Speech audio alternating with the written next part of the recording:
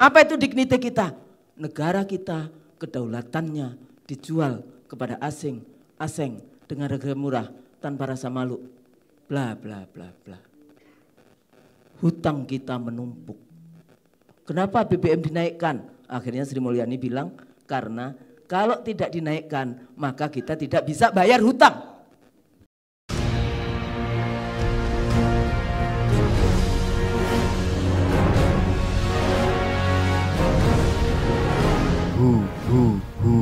Allah. Kalau saya bertanya, Indonesia dijajah berapa lama? Kemarin kita memperingati berapa tahun? Tahun keberapa? Terus sebelumnya itu jadi siapa yang dijajah? Kan baru 77 tahun kita memperingati kemerdekaan. Baru 77 tahun kita punya kedaulatan politik negara Republik Indonesia. 17 Agustus 45. Sebelumnya siapa? Sebelumnya adalah kesultanan-kesultanan Islam, kerajaan-kerajaan Islam dari Aceh sampai Tidore. Wilayah Tidore itu sampai Papua itu wilayah Tidore. Papua bahasa Tidore itu adalah wilayah jauh. Pulau-pulau kecil di Raja Ampat itu dulu kesultanan Sultan Tidore yang memberikan nama-nama.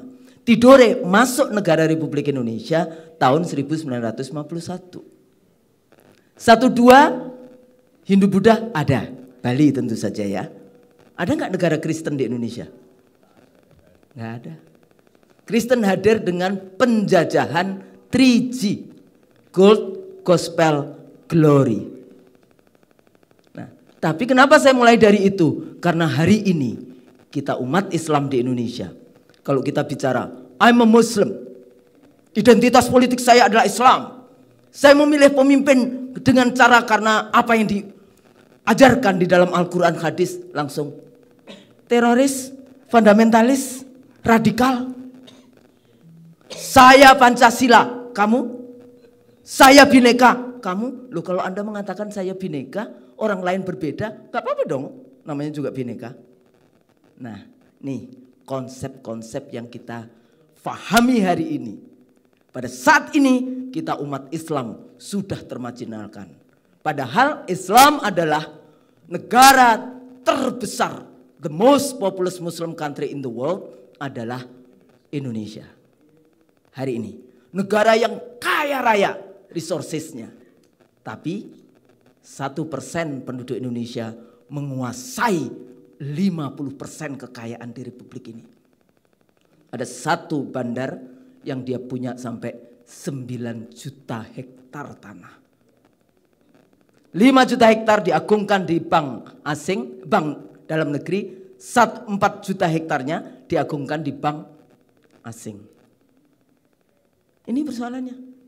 Tapi kan nggak apa-apa kalau Anda pelajari sirah nabawiyah, bagaimana Rasulullah ya kalau baca Riyadhus Shalihin kan setiap kali berjihad berikan kami orang-orang yang lemah untuk berjihad. Kenapa? Karena orang-orang lemah, mustad'afin, orang-orang yang tidak yang perlu dibantu itulah nanti rahmat Allah, bantuan Allah itu hadir di situ.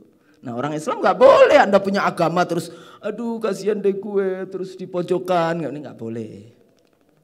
You have Allah. Kita punya ajarannya Quran, kita punya Rasulnya yang mengajarkan kepada kita. Kita punya ulama-ulama. Sayangnya ulama-ulama kita banyak juga yang dipenjarakan. Ini persoalan kita. Ya. Jadi kalau kita bicara kedaulatan budaya itu 28 Oktober 28. Kami putra putri Indonesia berbangsa satu bangsa negara bahasa Indonesia. Itu namanya kita berdaulat secara budaya. Jadi Pak, yang membentuk Republik ini nggak cuma founding fathers, ada mothersnya juga.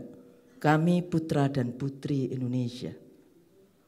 Pada saat para suami-suami, tokoh-tokoh, ulama-ulama itu berjuang, yang mencari nafkahnya adalah para istri-istrinya. Nggih, nggih Pak Yai. Waktu itu kan yang bikin batik, Kiai Hasim ya, Kiai Haji Ahmad Dahlan, semuanya. Hidup perempuan. Nah, 22 Desember 28, Kongres Perempuan. Ketuanya dari Wanita Budi Utomo, wakilnya Ketua PP Aisyah, Siti Munjiah. Kenapa bukan Aisyah atau Muslimat yang menjadi ketua? Karena waktu itu masih Restu Belanda.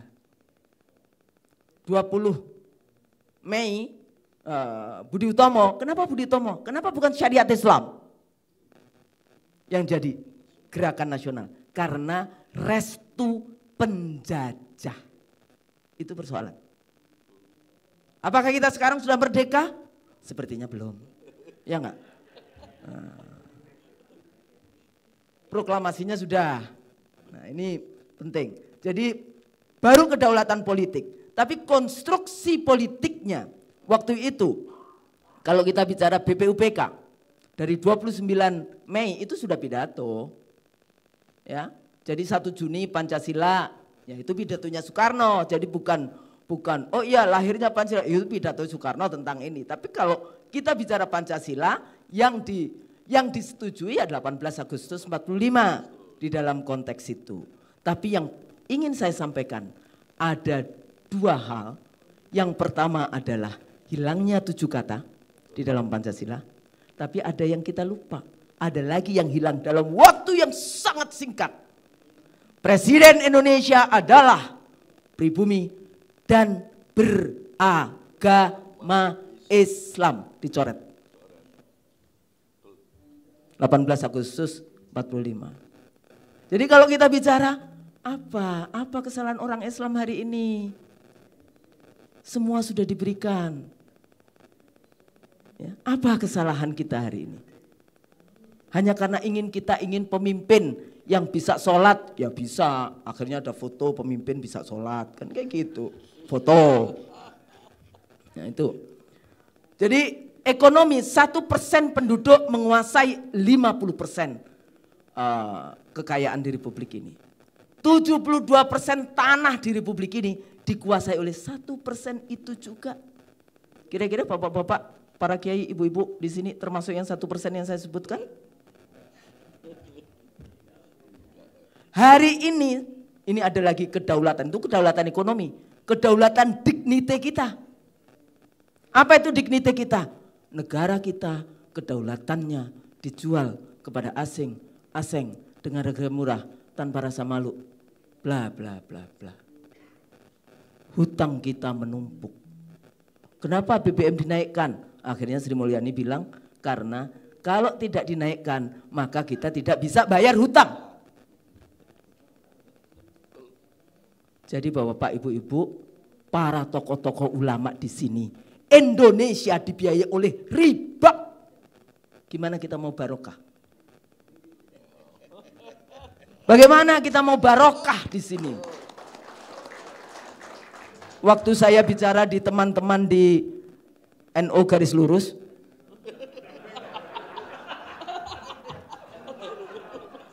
di NO garis lurus, ya nggak apa-apa ya Pak, iya. Kan namanya juga dosen, kan tergantung siapa yang undang kayak gitu kan. Tapi waktu itu bicara tentang IKN, bisa sih dari Gus apa ya? Gus Am. Enggak dong. Ini kiai-kiai tokoh-tokoh NU yang wah kayak gitu. Gus Am ya. Nantilah saya cek lagi di HP saya. Saya bilang, Pak Yai, kalau Indonesia itu utangnya luar negeri udah di atas sekian ribu triliun itu. Hutang itu kan dibawa mati. Nanti yang dihisap siapa ya Pak Yai? Tahu deh. Pada saat yaumul hisab nanti itu siapa yang harus dihisap Pak Yai? Kayak gitu kan. Nah itu jadi ini persoalan ya. Jadi pribumi Islam sebagian besar dia bukan pemilik Republik ini. Bukan penguasa Republik ini dan juga kita bukan pengusaha akhirnya. Dulu pengusaha-pengusaha di awal-awal kemerdekaan itulah adalah kauman. Itu artinya siapa? Mereka-mereka kaum yang beriman di sekitar masjid itulah para pebisnis-pebisnis di awal kemerdekaan Republik ini. Kemana mereka hari ini? Ya? Nah ini jadi persoalan kita hari ini, persoalan bersama. Kenapa? Belum solusi Pak, kuliah di saya 1 semester itu. Kalau pemerintah kan banyak, Ibu Kusnul jangan kritik saja solusi. Kalau gitu jadikan saya presiden, baru saya tahu solusinya. Enak aja. Jadi dosen pegawai negeri kita disuruh, kalau ngeritik disuruh pakai solusi-solusi. Dibayar berapa? Nah, konteks global politiknya setelah waktu itu Perang Dunia Pertama dibentuklah yang namanya ini Rothschild ya, Yahudi Inggris, kemudian dibentuklah United Nations, dibentuk IMF, World Bank secara global, dibentuk kemudian Colombo Plan di negara-negara setelah kemerdekaan, negara-negara merdeka sebagai instrumen dari liberalisme dan neoliberalisme. Jadi pertentangan ideologi global, materialisme, kalau komunisme materialisme di dalam konteks itu. Liberalisme itu juga private, jadi korporasi yang berkuasa. Private lead public seperti apa yang terjadi di Amerika. Korporasi negara model komunis di Cina. Jadi ada model barat, model komunis Cina. Komunis tidak terlalu, ya sekarang sudah banyak yang berkuasa, persoalannya ini susah juga. Setelah Perang Dingin selesai, yaitu akhir dari 90-an, muncul Glasnost dan Perestroika, keterbukaan. Keluarlah buku judulnya The Third Wave Democratization Huntington. Dan kemudian diikuti The Clash of Civilization. Lagi-lagi siapa yang akan dijadikan lawan politik? Clash of Civilization bukunya Huntington, Islam menjadi musuh setelah komunis jatuh. Huntington adalah profesor dari Harvard University yang dia pekerjaannya adalah menjadi konsultan dari politik luar negerinya Amerika Serikat. Jadi Amerika Serikat itu punya undang-undang kalau Anda itu yang namanya korporasinya itu investasi di dunia, di negara-negara di luar Amerika, maka negara melindunginya. Dan negara tersebut presidennya harus tanda tangan. Makanya Boeing itu dulu salah satu yang tanda tangan, bukannya Gus Dur waktu jadi presiden. Itu cek itu. Artinya Boeing nggak akan, Lion nggak akan bisa bangkrut. Karena nanti kalau utangnya Lion itu negara yang bayar. Nah ini ketidakadilan model liberalisme, neoliberalisme di seluruh dunia. Kalau Anda Menteri Keuangan disuruh utang terus dan utang terus, maka Anda menjadi Menteri Keuangan terbaik di dunia. Nah, urusan bayar, urusan nanti di akhirat. Nah ini persoalan. Jadi apa kemudian 9/11, war on terror. Nah ini mungkin nanti tolong difikirkan dengan baik apa sebetulnya bacaan yang sesungguhnya dari global politik kita hari ini. War on terror itu pidatonya Bush waktu itu. Kalau negara tidak mau ikut-ikut perang terhadap terorisme, maka negara itu dianggap teroris sendiri. Dipanggil nggak presiden kita? Dipanggil. Disuruh milih mau senjata atau mau duit. Kita kaya, jadi nggak mau dua-duanya. Jadi maunya apa? Maunya separatis disebut teroris. Kok jadi KKB? Katanya dulu perjanjiannya dengan Washington kalau yang separatis disebut teroris. Nah ini jadi persoalan. Setelah war on terror itu Partai Republik berubah pemilunya menjadi Partai Demokrat. Apa yang terjadi Obama? Dia soften, diperhalus. Dari war on terror dia bilang counter violence extremism. Apa proyeknya? Deradikalisasi. Siapa objeknya? Islam di seluruh dunia. Nah itu bacaannya ya. Jadi kita jangan naif dengan global politics yang ada hari ini. Pertentangannya adalah peradaban di atasnya. Ya, Yahudi, Kristen itu kemudian Islam. Islam menjadi kekuatan yang dari dulu ya karena kita punya Allah. Ya. Kalau terjadi ketidakadilan pasti dia akan muncul. Pasti itu. Karena Islam mengajarkan itu. Dalam ilmu politik gimana? Kita nggak diajarkan yang Islam-Islam. Diajarkan Yunani, Barat.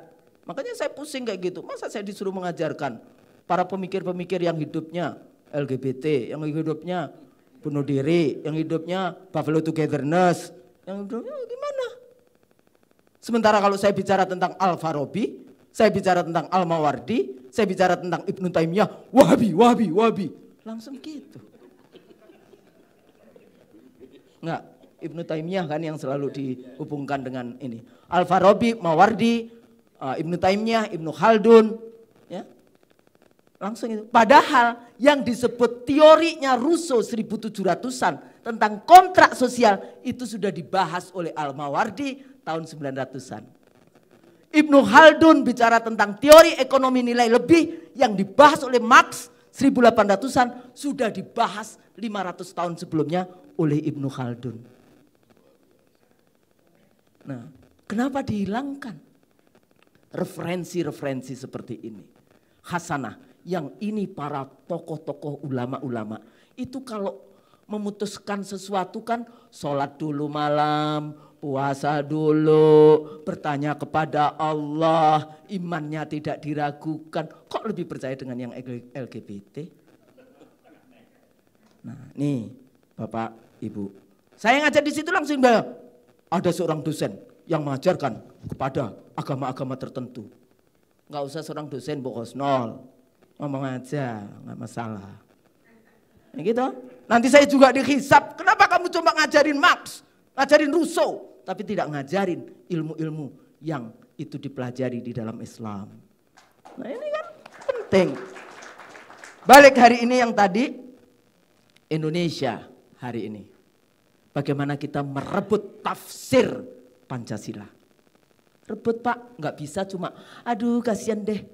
Pancasila ditafsirkan oleh mereka seenaknya, tapi bagaimana kita merebut tafsir Pancasila sesuai dengan para ulama, para pendiri bangsa yang untuk merebut kemerdekaannya dengan, nah baru Pak saya sebut takbir. Itu, ya jadi merebut negara Pancasila. Ya, jadi rebut tafsirnya. Jangan biarkan orang lain yang menafsirkan dengan seenaknya. Anda ini POI. Berapa organisasi? Imam? Nah, itu harus direbut tafsirnya. Apa yang disebut? Bayangkan Pak, negara nih ya, Pak Penas. Satu hari saya dibilang, Bu, minta ya untuk jadi reviewer penelitian apa? Intoleransi. Oh baik. Provinsi mana aja yang lo ini teliti? Bla bla bla bla. Oh kesimpulannya yang paling intoleran itu adalah DKI karena ada 411212. Yang paling toleran itu adalah NTT. Kok ibu tahu? Belum dikasih alamat yang kayak gitu aja lu baca ini sudah tahu. Tapi ini loh, bukan itu poinnya. Poinnya untuk menunjukkan bahwa Islam itu tidak toleran, mereka bikin survei. Sepertinya itu adalah ilmiah. Gitu. Saya langsung tanya, duitnya siapa ini? Oset, biasa ID?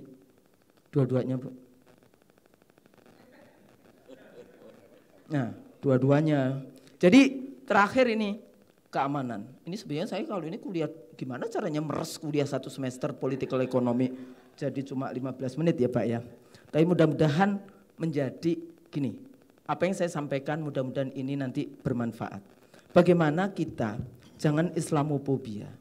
Sekarang sudah ada anti-Islamofobia di barat sana. Sekarang kita bagaimana? Ya, jadi itu satu. Yang kedua, jangan deradikalisasi itu ditaruh ya. Langsung yang dapat proyek orang Islam semua, semuanya. Makanya dulu kayaknya Pak Din deh yang nggak mau nerima itu karena hanya orang Islam yang dikasih dana-dana deradikalisasi. Terus kita kipas-kipas, oh iya dana deradikalisasi, tapi dibalik itu apa? Nah ini nanti bapak-bapak yang selalu bekerja di situ ini. Ya saya sih nggak pernah diundang sama BNPB ya nggak apa-apa lah. Policing state, kita demokrasi itu ada 3. Pertama unsurnya paling tidak, ada kompetisi. Di dalam kompetisi excluding the use of force. Jadi kalau saya bicara Pak TNI, Pak Polisi, Pak Bin, kalau di dalam apa namanya pemilu, jangan mau jadi satgas pemenangan. Sampai tingkat polsek. Jangan. Karena kalau Anda klaim Anda demokratis, excluding the use of force. Yang kedua, full participation. Yang ketiga, civil and political liberties. Kebebasan sipil, politik, kebebasan berserikat, kebebasan menyatakan pendapat. Jadi negara tidak boleh seenaknya saja membubar-bubarkan organisasi tanpa dibawa ke pengadilan. Polisi juga tidak boleh, saya selalu di mana-mana, polisi kok boleh punya senjata pentungan saja. Karena tugasnya itu melumpuhkan, bukan membunuh. Karena setelah dilumpuhkan, dibawa ke pengadilan. Jadi policing state yang ala Pak Tito, waktu Pak Tito jadi Kapolri dan beliau maksudnya ada mahasiswa saya yang nulis tentang terorisme. Beliau jadi dosen saya, pembimbingnya, dia pengujinya. Pertanyaan saya cuma satu kok di terorisme itu. Jadi Pak Tito, peternak terorisnya itu siapa? Peternaknya itu siapa? Hah? Ya nggak tahu, saya tanya ke Pak Tito kok saya yang ditanya. Saya itu bertanya ke Pak Tito. Jadi Pak Tito, peternaknya itu siapa? Ya, saya bertanya. Jadi kayak gitu, itu kalau ngomongin terorisme. Makanya saya ini kalau ada apa terus tambahin lagi. Teroris sekarang sudah perempuan dan anak-anak. Allahu Akbar. Persoalannya narasinya tunggal. Narasinya semua yang disebut teroris mati. Narasinya tunggal. Dari polisi misalnya kan kayak gitu. Jadi di situ Pak persoalannya. Jadi polisi, kenapa polisi nggak boleh dalam negara demokratis? Karena polisi punya KUHP. Dia punya pasal-pasal. Ya. Dan dia punya senjata. Dua kekuasaan ada di satu tangan itu akan berakibat kepada power tends to corrupt.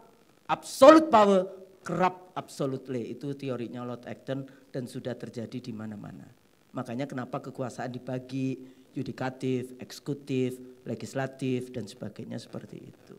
Jadi melihat situasi yang seperti ini, what can I do, what can we do? Ya.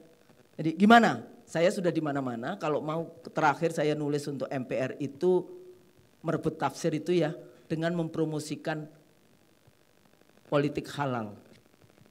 Jadi nggak cuma makanan aja yang halal. Nanti rendang halal. Emang makanan ada halal ya ada dong. Masa nggak ada? Politik halal, pemilu halal. Soalnya Pak beberapa kali saya diundang. Ibu Husnul kita ini apa temanya seminarnya, diskusinya. Ini Bu, pemilu jurdil. Alah, apa itu jujur adil? Wis nggak ada ininya. Tapi kalau saya bilang pemilu halal, mulai kan cari Pak dalilnya. Ya, cari fikihnya apa saja yang ada ya gitu, kitab-kitab apa aja yang bisa dikeluarkan gitu dari mulai Al-Ghazali apa semuanya tolong dikeluarkan semua. Saya sedang membahas itu, makanya saya juga ngikut-ngikut ini Pak Yai ada punya ini enggak video-video yang saya jadi belajar dari siapapun saya pelajari dari ngikut kuliahnya Gus Bahang, ngikut kuliahnya siapa, semuanya dipelajari. Di dalam konteks kita mempelajari fikih-fikihnya seperti apa. Jadi pemilu halal, politik halal. Kenapa?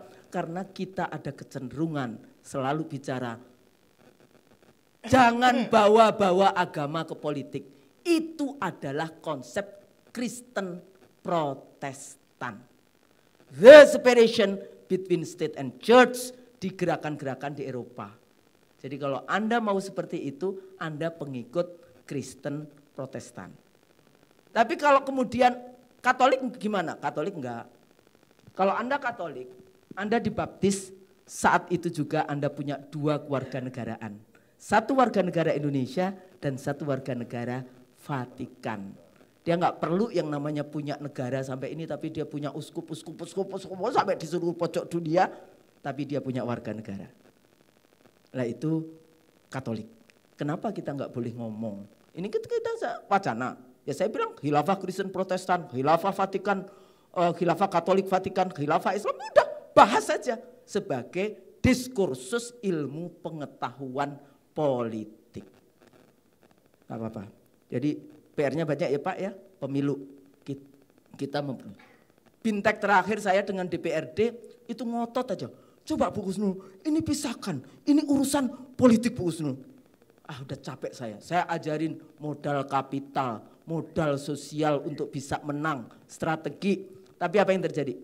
Saya bilang udah capek. Akhirnya saya udahlah pakai ilmu ini, ilmu terakhirnya.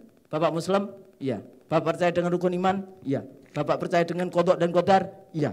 Percaya dong Bu, masa nggak percaya? Kalau percaya qadha dan qadar, Bapak hari ini ketua DPRD, sudah dicatat nggak itu di atas? Sudah dicatat kan? Berapa puluh ribu tahun sebelum Bapak di bumi, Bapak sudah ada catatannya. Hari ini Bapak adalah anggota ketua DPRD. Untuk apa Bapak jemput secara tidak halal? Jadi apa yang harus dilakukan? Baik. Terakhir Pak, ini penting. Menyiapkan pemimpin yang amanah, sidik, tabligh, fatonah. Menyiapkan pemimpin yang mencintai Al-Quran dan ajaran Rasulullah. Rahmatan lil alamin. Menyiapkan pemimpin yang cinta pada para ulama-ulamanya. Sampai itu, kalau salah mohon maaf. Nasru minallah wa fathun qarib wa basyiril mu'minin. Wassalamualaikum warahmatullahi wabarakatuh. Waalaikumsalam warahmatullahi wabarakatuh. Terima kasih Ibu Husnul Maria.